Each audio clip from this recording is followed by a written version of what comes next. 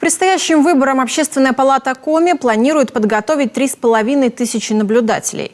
В ведомстве подписали соглашение о сотрудничестве с ведущими вузами региона для организации независимого общественного наблюдения в единый день голосования. В рамках партнерских отношений планируется организация семинаров и реализация проектов по обмену опытом. Для этого используются различные формы и методы обучения, к примеру, правовые диктанты или сценки, изображающие избирательный процесс. И мы им, в принципе, снова расскажем о том, чем должен заниматься наблюдатель на избирательном участке. То есть золотой стандарт, это я вам говорил, каким требованиям он отвечает? Не любой, еще раз повторю. Так?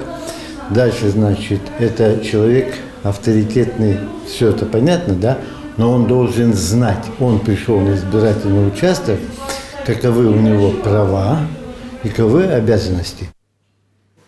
В селе Зеленец уже проходит первое обучение независимых общественных наблюдателей. В дальнейшем занятия будут проводиться в каждом муниципалитете, и все желающие смогут получить необходимые знания.